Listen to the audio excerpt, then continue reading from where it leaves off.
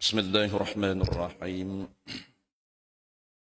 الحمد لله الذي أرسل رسوله بالهدى ودين الحق ليظهره على الدين كله ولو كره الكافرون. أشهد أن لا إله إلا الله وحده لا شريك له، وأشهد أن محمدا عبده ورسوله، صلوات الله وسلامه على هذا النبي الكريم وإمام المتقين وقائد الدعاة المجاهدين وعلى آله وأصحابه أجمعين. اللهم علمنا ما جهلنا وانفعنا بما علمتنا وجعلنا من المخلصين. صلى الله على سيدنا محمد وعلى آله وبارك وسلم والحمد لله رب العالمين. أما بعد. Yang nama hormati lagi dikasihi Al-Fadhil Tuan Iman kita, Iman tua, Iman muda, Sahibul Fadilah Tuan Bilal, seluruh lejitan kuasa masjid kita, dan yang nama raikan adik kakak muslimin hadirin. Mudah-mudahan kita diberikan keberkatan dan juga kebaikan di sisi Allah Subhanahu Wa Taala. Jadi alhamdulillah, tengah hari ini kita diberi kesempatan ataupun peluang untuk sapa lebih awal sebelum kita ataupun azan Jumaat. Kita mulakan sedikit tazkirah sementara kita tunggu mudah-mudahan perkongsian kita ni ada manfaat di sisi Allah Subhanahu Wa Taala.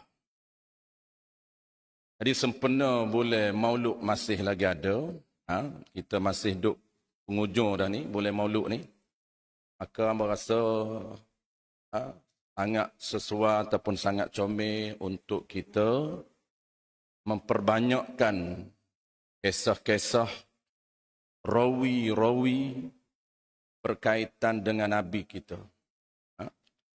Sebab itulah di mana saja tepat, bukan saja tempat kita, di mana saja. Kebanyakannya sambutan maulud ni dibuat hampir sebulan. Cuma setengah-setengah tepat je dia buat 12 Rabiul Awal. Lepas tu senyap jik. Macam tempat hamba tu, hamba di sebelah Putrajaya. Hamba duduk sini je, apanya dekat pada licin tu je. Cumanya, panggil apa, Otina hamba orang Kuala Lumpur. Jadi duduk mengajar Kuala Lumpur lah. Kelik ni kebetulan cuti sekolah ada program daurah. Daurah di Masjid Tupak 2 hari, berakhir semalam. Malam ni pula ada program di apa nama ni, di PCB. Jadi ahli hamba tu dia lain. Maksudnya kemuncak dia. Kemuncak ni kita kata kak, majlis besar lah. Majlis besar tu 12 Rabiul Awal. Pakak buat surah, balasah, masjid, dewan, office. Di rumah tak ada ubat. Lain tempat kita. Tempat kita ni selawat di rumah. Bukan kata surah, masjid, balasah saja. Surah, masjid, balasah ni sampingnya je tempat kita. Tapi tradisi budaya yang comel tempat kita ini, sambutan maulud diadakan sepanjang bulan maulud. Dan ada hamba, Tok Guru hamba cerita di apa nama ni, di Indonesia. Indonesia ni bukan semualah. Ada satu daerah dia ni, besarnya maulud ni, bukan sebulan. Dia buat hampir 3 bulan. Bulan pertama tu sambutan awal dia panggil. Belum maulud tu, dia sambut dah awal. Bulan kedua bulan maulud. Bulan ketiga bulan ngelah. Rabiul Akhir, ngelah. 3 bulan ni penuh. Acara berapa? Pertamanya acaranya pengkisahan maulud. Dia panggil ceramah, baca kitab maulud. Berjanji. Pakak berjanji puak dia. Selawat. Dan kemuncak ketiganya makan. Jamu makan setiap hari. Serumah ni, malam ni, rumah ni, malam esok, rumah lain, malam esok, rumah lain. Dia tukar, 3 bulan. Tu. Tapi tempat kita ni pun, alhamdulillah masih tradisi, masih subur. Untuk mentakzim, memuliakan Nabi kita Muhammad sallallahu alaihi wasallam yang disebut oleh ulama makhluk agung yang luar biasa. Padalah kalau sambut sebulan penuh pena pun. Apa? Kerana kata ulama disebut oleh Iman Baijur di dalam kitabnya, ijma' para muslimin. Sepakat para muslimin, ulama-ulama daripada zaman fasal salafus saleh sampailah zaman kita. Sepakat makhluk yang paling afdal, yang paling mulia selepas lahirnya Nabi kita ialah Nabi kita. Paling afdal. Tak ada makhluk lain yang boleh mengatasi darjat standard maqam Nabi kita. Sebab Nabi kita ini bukan saja syariat dia. Maksud panduan agama yang kita duk buat ni. Unik. Luar biasa. Tak sama dengan Nabi-Nabi lain. Dia berada pada pertengahan. Tak payah sangat, tak mudah sangat. Ada Nabi, syariat Nabi lain payah. Nabi kita tak pertengahan je. Ada syariat Nabi Musa alaihi salam. Bersuci dia tak boleh suci dengan air. Syariat dia bersuci, kalau kena najis, kena guting, buai. Tak boleh pakai dah. Baju tu tak boleh pakai. Itu cara bersuci syariat Nabi Musa alaihi salam. Payah. Dia panggil sukar. Turun syariat Nabi kita berada pada syariat pertengahan. Tak payah sangat, tak mudah sangat. Tapi, orang panggil apa? Semua umat boleh ikut. Bersuci dengan air. Basuh dengan air. Tapi bukan basuh ikut dia lah. Dia ada syariat dia lah. Ada panduan dia. Lagu mana basuh kali pertama, kali kedua, kali ketiga. Nak nilai lagu mana bersih. Nak nilai suci. Itu dipanggil syariat. Dan ulama kata, yang kedua selepas syariatnya, yang unik, yang istimewa, yang lain daripada yang lainnya ialah Nabi kita sendiri. Kejadian Nabi kita. Jadi kejadian Nabi kita ni dia tak sama dengan makhluk lain. Sebab itulah tengah hari ni dia hamba nak sebut beberapa perkara saja berkaitan dengan pelik luar biasanya kejadian Nabi kita. Allah nak buktikan makhluk teragung luar biasa ini bermula dengan kejadian dia. Kejadian Nabi Allah cipta tak sama dengan makhluk lain. Tu. Orang panggil apa dalam kitab sirah sebut? Lahir Nabi kita ni dia kata pelik. Budak pelik, dia kata bayi pelik yang tak pernah ada pada zaman Mekah ni. Tak ada orang bangsa Quraisy tak pernah tengok bayi pelik ni. Itu ahli sejarah sebut dalam kitab Ibnu Hisham. Dan dalam kitab Nurus Safa fi Akhbaril Mustafa. Itu pelik. Sebab itu pertama sekali dia kata. Kita kena pegang ataupun kena beriman kepada Nabi kita. Yang pertamanya ialah kejadian Nabi kita ini daripada unsur tanah dan unsur cahaya. Dia tak sama dengan kita. Kita sekarang ya, unsur tanah kita. Tak ada cahaya.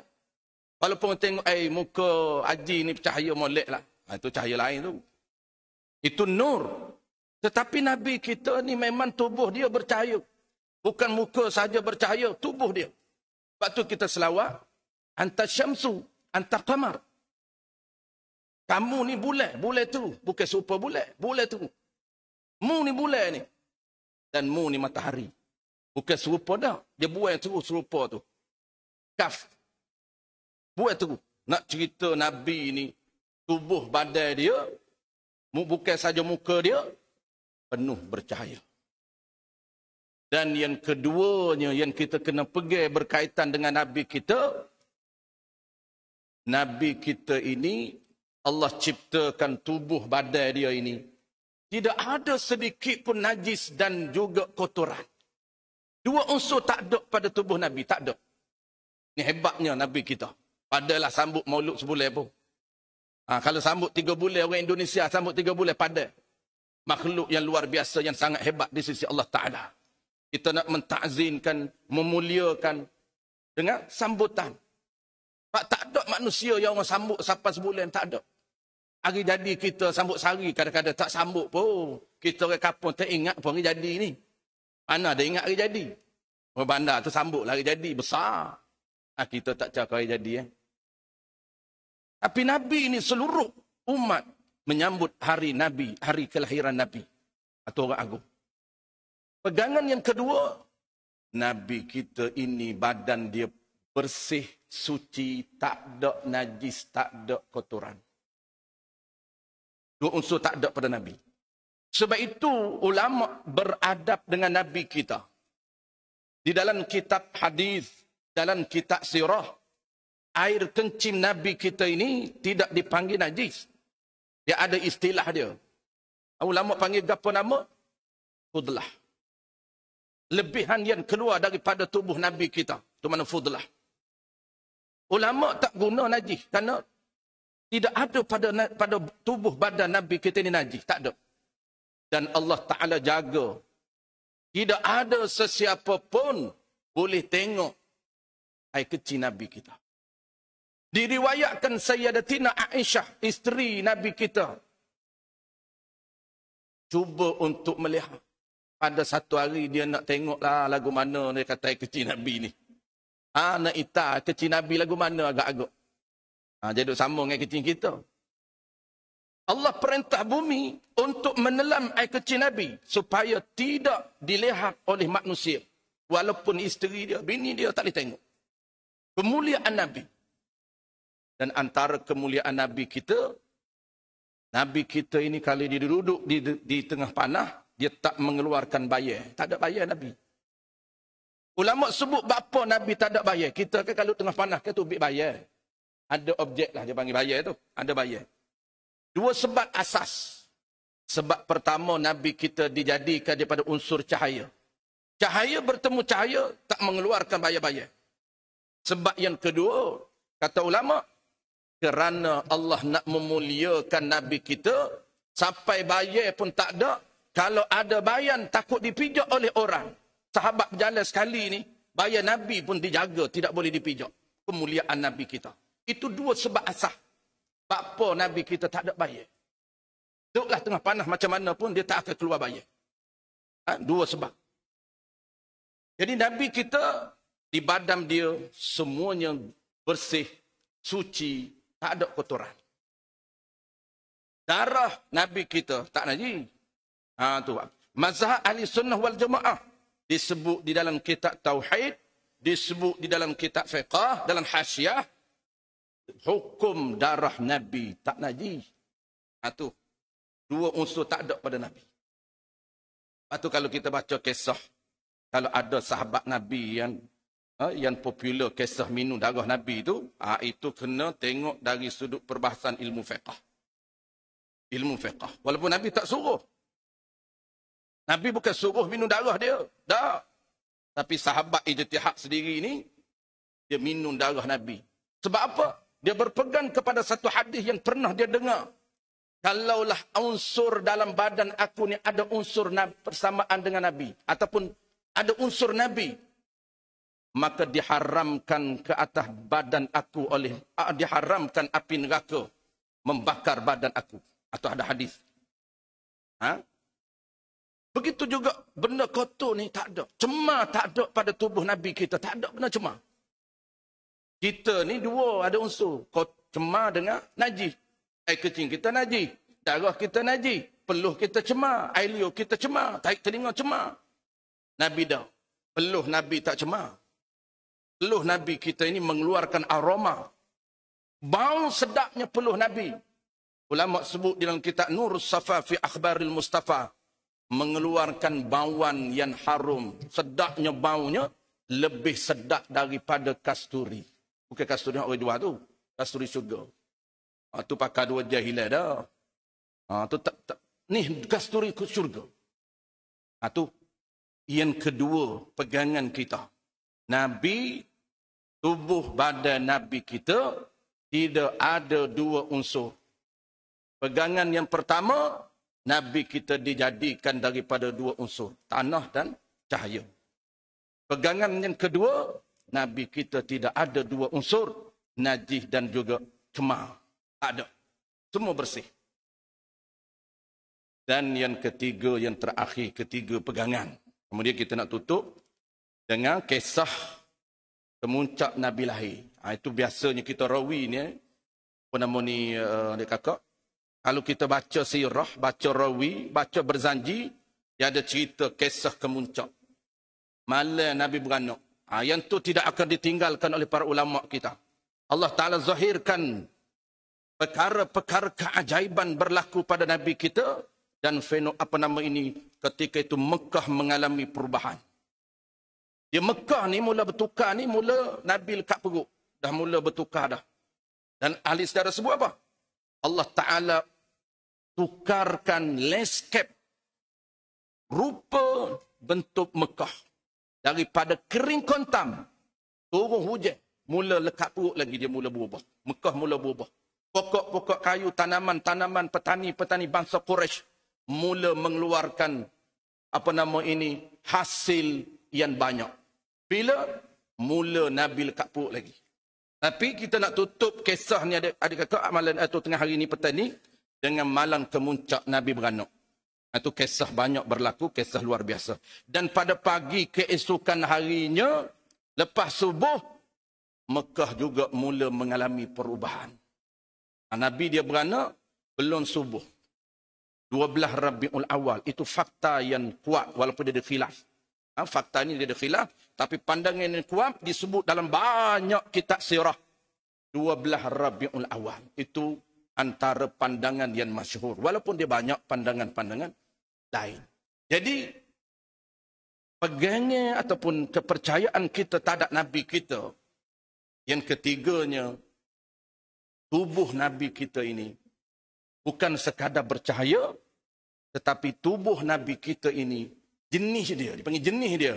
Jenis dia mengeluarkan aroma, bau yang sangat sedap. Itu syariat Nabi kita untuk umat dia. Sunat berwangi-wangian. Umat dia sunat berwangi-wangian, Nabi kita aroma badan di tubuh dia memang tubik bau. Tak payah pakai. Bukan kata tu bau tubuh Nabi kita bau ni, dia pakai kasturi. Dah. Tak pakai berapa pun. Daripada kecil beranak tu terus keluar aroma bau yang sangat sedap kata Ummu Syifa. Sampailah wafat bauan ini tak hilang. Baik. 3 pegangan asas. Dia banyak lagi lah. Abang sebut 3 pegangan asas berkaitan dengan fizikal Nabi kita. Jasad Nabi kita, tubuh badan Nabi kita.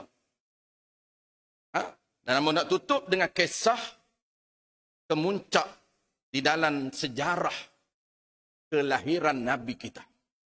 Bila? Malam Nabi beranak. Itu malam Nabi beranak. Mudah-mudahan kisah ni ada kakak, bertambahnya maklumat, bertambahnya ilmu berkaitan Nabi kita, lagi bertambah takzim kita kepada Nabi kita. Lagi bertambah rasa hebat kita kepada Nabi kita. Lagi bertambah rasa kasih kita kepada Nabi kita. Rasa penghormatan kita kepada Nabi kita. Seorang makhluk yang luar biasa. Malam 12 Rabiul Awal. Disebut di dalam kitab Sirah Ibnu Hisham. Dan kitab yang kedua, Nurus Safa fi Akhbaril Mustafa. Kitab ni lengkap. Mula awal pasal daripada sebelum bapa baginda Nabi kita nikah lagi. Dalam sejarah dia mula awal. Lagi kitab yang awal dia bermula Nabi Adam AS lagi. Lagi lengkapnya tu. Walaupun ada khilaf tu biasalah dalam sejarah ni. Dan kita nak sedup sebahagian saja kisah. Iaitu malam Nabi nak lahir, nak beranak pada 12 Rabiul Awal Itsnin. Dia pandangan yang kuat. Pandangan yang masyhur. Nabi kita dia lekat perut 12 Rejab. Nabi kita dia 9 bulan. Lepas tu umat dia pun ikut 9 bulan juga. Kalau Nabi dulu-dulu, lama dalam perut. Ada 4 tahun. Imam Syafi'i pun lama. Iman 4 iman mujtahid ni semua lama dalam perut. Dari perut mak dia. Imam Syafi'i diriwayatkan 4 tahun dalam perut ibu dia. Jangan pelik. Umur kita ya.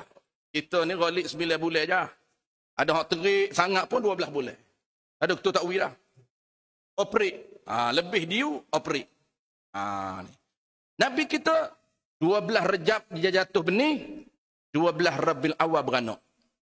Maka pada malam 12 Rabiul Awal, Allah Ta'ala menyusun program yang gilan gemilan. Ini disebut dalam kitab sirah. Nur Safa. Malam tu malam kemuncak. Sambutan. Allah Ta'ala arahkan Jibril. Arahkan Jibril bawa penduduk langit. 2 wanita yang mulia. Yang akan menemani rumah baginda Nabi kita malam nak beranak tu. Siapa dia? Yang pertamanya Siti Asyah, bini pada Fir'aun, wanita mulia. Yang kedua ialah Siti Maryam, ibu kepada Nabi Isa AS. Ulama sebut dalam kitab Nurul Safa, roh lah turun ni. Mati, dia mati lama dah. Lama duk pelik air mana turun, mati dah. Roh. Bukan jasad turun. Jasad hancur habis dah. Turun ni apa? Roh. Roh ada. Memang ada roh. Roh kalau kita mengaji tauhid, ada 10 benda yang Allah tak binasa. Kita mengaji bab tauhid, bab bakak, sifat tauhid kan, dia bakak tu, bakak kekal tu. Allah Ta'ala ni dia, ciri dia kekal, sifat dia kekal. Kekal yang tak terima binasa. Tetapi kekal makhluk 10 tadi, apa beza pula? Kekal boleh punah, boleh binasa, boleh hancur. Cuma Allah janji, 10 ni aku tak akan binasa, aku tak akan punah, aku tak akan hancurkan, aku kekalkan. Salah satu daripada 10 ialah roh. Bidadarinya, syurganya, nerakanya, kolamnya, kursinya, banyaklah 10 tu. Jasad nabinya. 10 tak akan hancur. Roh kita tak hancur. Dia duk sebut mati ni, mati. Ni makna mati ni roh berpisah dengan tubuh. Apa panggil mati lah. Makna mati dalam kitab, kitab Nailur Rajak. Mati tu panggil berapa? Panggil roh dia tubik. Tinggallah jasad. Hak kita duk nak mandi tu. Roh tak ada dah. Kita tak semandi roh. Kita semandi mayat tu panggil mandi jasad yang roh tak ada. Jasad tu yang kita duk nak kapal, duk mandi, duk nak sembahyang. Roh, dia duduk di alam dia. Dia tubik daripada jasad, dia duduk di alam dia. Alam barzah. Allah perintah supaya turunkan. Apa dia? Siti Asyah, Siti Maryam. Dan Allah perintah supaya turunkan juga bidadari, anak bidadari daripada syurga. 3 golongan ini menemani rumah Siti Sayyidatina Aminah. Ada malam nak beranak. Dalam kitab Nurul Safa sebut, mak Nabi kita mula sakit perut malam, awal malam. Awal malam. Maghrib tak ada lagi dulu. Syariat tak ada lagi. Dia kata, lepas maghrib ke lepas isyak? Lepas isyak ke lepas ngorib? Dia tak ada ngorib, tak ada isyak, tak ada subuh lagi. Nabi tak turun syariat lagi. Ini kita cerita awal Nabi nak beranak ni. Dan penduduk bumi pula Allah muliakan ada 4 watak utama. Amba tak ada kerana kita dah 15 minit dah. Amba nak berhenti 15 minit. Kita nak best 17 deh. Amba dah sekat watak 4 watak di bumi. Tu je. Tak apalah. Kita maklum belakang dah cerita ni. Ni ulengnya je ni. Episod ulengnya saja ni. Dia setiap tahun duk rawi benda sama je. Benda tular je. Ulengnya. Uleng hak tular pun pahala ada. Ada setengah-setengah orang tak faham dia kata duk uleng benda barang sama bab apa nama. Okey tak tahu lagi cerita Nabi. Dia dapat pahala. Pahala serupa je. 10 kali dengar apa serupa pahala. Bukan makin mantap kepahaman kita. Dan watak di bumi dia ada 4 Allah muliakan. Siapa dia? Yang pertama ialah Ummu Syifa, tok bidai yang pakar di Mekah. Ini Allah muliakan tok bidai.